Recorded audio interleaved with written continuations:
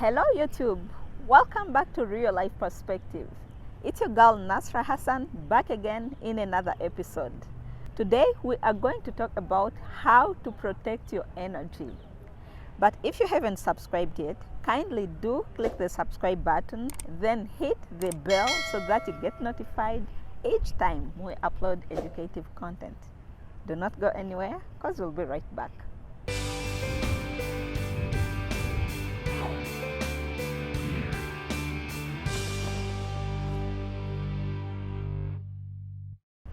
Hello and welcome back. Today we are going to talk about energy. For you to really understand energy, I will maybe start with asking you this question. Have you ever been in a situation where you are just on your own with your mood, and then this particular person comes in and all of a sudden you just feel good for no reason? You just start feeling good, you just feel like smiling, however much you felt low and weren't even in the mood of smiling or laughing.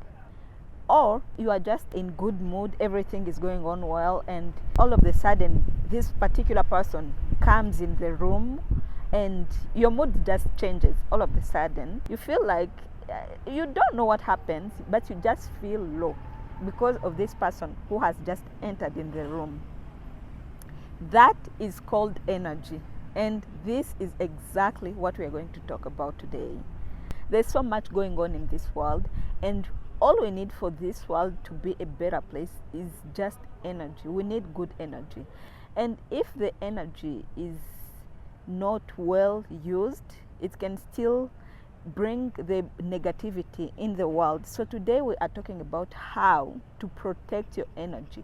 Protecting your energy has to do with the things you focus your attention and intention onto. Number one, you have to focus your attention and your intention on peace. Inner peace is very, very important. And how do you gain the inner peace? By accepting your current life situation and know that you are exactly where you are supposed to be. Be true to yourself. There is no need to compare yourself to others. There is only one fingerprint, and that's yours. So know that you are unique with all that is happening in your life, your highs and lows. Embrace them and know that they are part of your journey. Yeah? And that is exactly the way you are going to have inner peace. Hence, this will help you to protect your energy. Number two, you have to focus your intention and attention on your health. Your health is paramount. You know, everyone and everything may go, but you are all you are going to be left with. Therefore, you are the biggest project you need to be focusing on. Take care of your physical, mental, emotional, and spiritual health. This is going to help you to protect your energy by prioritizing your health. Your health is everything. Exercise, eat clean, eat nutritious food, drink more water, meditate, pray, listen to right information, listen to the right people. Not everyone who gives you advice you have to listen to. Some people give advice according to their life experiences. So for you, you have to know what works for you. Receive the information that you have to listen to. Get inspired by the people who do the things that you want to do. There are some people who are living your dream life, and when you look at them, you are like, this is exactly what I want to do in the future. Those are the people that you have to listen to. Engage in some activities that may make you feel good. Some might not necessarily be lucrative. Some may just help you to feel good, to feel useful in the society. Some may just make you feel energized. Those are the activities that you have to engage in. That will help you to also protect your energy. Number three, be intentional about taking break. You've been trying so hard to make things work. You've tried several times, different approaches, different angles, and yet things are not working. things are not going on the way you expected. Maybe it is time for you to take a break and just let the universe work things out. You've given your all, you've done your best, but nothing seems to work the way you would wish, and you have no control over your life. Sometimes you plan, but God is the master planner. Sometimes, as long as you've done all you can and things are not going on the way you expected or the way you planned, you just have to get a chair and sit. God knows more than you know. He takes us to a different direction with purpose. That's why sometimes you just have to watch God doing his things. Whether you feel like things are not working, you feel like you are in a dark place, things are not going on the way you wish, don't blame yourself. It might be hard because, you are a human being and you have the right sometimes to feel bad, to feel frustrated, but sometimes there is no other choice than just sitting and let the universe work things out. Number 4, do what you can. You can solve all the problems. This world is full of problems. Things are going on. A lot is happening. Your friends are getting problems, your family members. And sometimes, as empath as you are, you feel like you would like to solve all the problems. But you can't solve all the problems in this world. You are not Jesus, So it means sometimes you have to know the extent to which you can solve the problem and do according to your limit and do what you can. Solve as much as you can. What you can't, say, I can't, What you can, do. What you can't, don't do. And you don't have to be apologetic. You have to be supportive, of course, as human beings. We have to stand with other human beings, but sometimes you have to do that with limit. You have to make sure you also don't lose yourself. Once you master this is gonna help you to protect your energy. Number 5, forgiveness. One thing I've come to realize is that forgiveness does not necessarily mean that you've forgotten. It does not necessarily mean that you have to entertain them back in your life. It does not mean that you've forgotten what people did to you. Forgiving means that you are setting your heart free from hatred. Some people don't deserve to stay in your thoughts. They don't have to make you think about them because they don't matter that much. You know what I mean? So it means when you forgive them, you are doing yourself a favor and you stop them from manipulating you emotionally.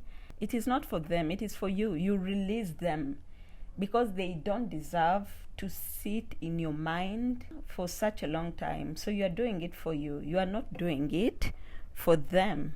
You can cherish the memories that you shared with them and you choose to let them go and you choose to never see them again.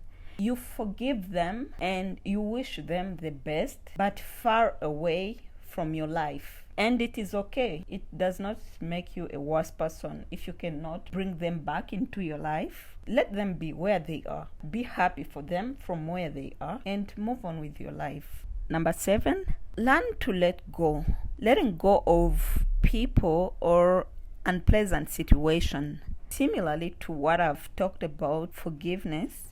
Sometimes you may love someone and wishing them the best, but far away from your life. You can choose to love them but let them go. Now that we are in a digital era where sometimes you feel like you want to let them go, but you can still view their stories. And if you feel that it does not do you a favor, sometimes you have to love them enough to block them. By blocking them, it does not mean that you hate them. It is because you love them so much that you can no longer stand the fact that they are no longer part of your life, yet you have to let them go. Hence, you have to block them. It is not in bad faith, but it is because you love them so much. But due to life circumstances, you cannot stand the fact that they can no longer be part of your life. and yet you have to get them out of your life. And that is the only way you can do to protect your heart, but also to protect your mind. This is also very important when it comes to protecting your energy. Number 8, identify why you are feeling what you're feeling and do something about it if necessary. Yeah. Sometimes it is not necessary for you to do something, but sometimes you can do something. If you have to do something, you have to be in touch with your emotion. When you feel sad, sit yourself down and identify what is making you to feel the way you are feeling. Is there something that you can do about it? If yes, you can maybe do something. If no, sometimes you don't necessarily have to do something. Sometimes you just have to feel it, because emotions are part of us. They help us to know what is happening inside. So it means not every time you are feeling a certain emotion that you have to do something. You feel because you are an emotional being. Sometimes you just have to sit in that emotion and feel yourself and be still and don't do anything. But all in all, make sure you don't suppress what you're feeling. Number 9, be intentional about the people that you invite in your life. Not everyone you encounter with is your friend. Friendship also has to be intentional. We put so much effort when it comes to romantic relationships, but when it comes to friendship, we don't put effort. I don't know why, but we need to choose our friends with keen interest. The same energy that you put in choosing partners when it comes to romantic relationship is the same energy and intention that we have to apply when it comes to choosing friendships.